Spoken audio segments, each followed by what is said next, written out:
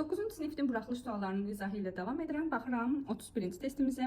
Uşaqlar 31-ci testimizdə yadımızda qalsın ki, nöqtələrdən əvvəl canlı isim, nöqtələrdən sonra isə xəbər verilibsə, deməli biz onda who verməliyik. I saw the woman who was very famous.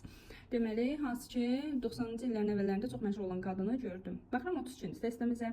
Uşaqlar 32-ci testimiz modal fe'l testidir. O to ilə işlənməli idi.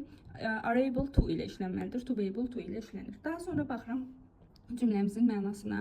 Deməli, baxın deyir ki, insanlar who work as a fireman, yanğı söndürən, işləyən insanlar necə olmalı? Cəsur olmalıdırlar və öz işləri deyir, çətin olduğu üçün çox cəsur olmalıdırlar. İnkar yox, bizə təsdiq lazımdır. Should be brave deməli, cavabımız D-bəndidir.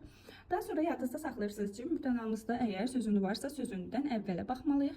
Sözündən əvvəl information təkdə olduğu üçün düzgün cavabımız olacaqdır 1, 2, və salam 1-2 cavabımız oldu. Bəndi. Are, were, have been bunlar cəm xəbərlərdir.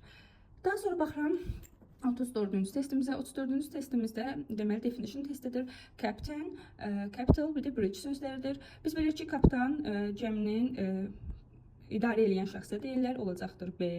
Capital paytaxt deməkdir, yəni ölkənin ən vacib şəhəri C-bəndi. Bridge də körpü deməkdir, yəni çayın və yaxud da yolun üzərində tikilmiş struktur, o da olacaqdır A-bəndi, B-C-A, yəni cavabımız oldu D-bəndi.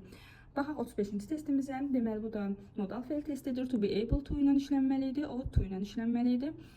Burada zamanımız was olduğuna görə mən də burada has to-nu, will be able to-nu elədim. Cavabım qaldı C-bəndi.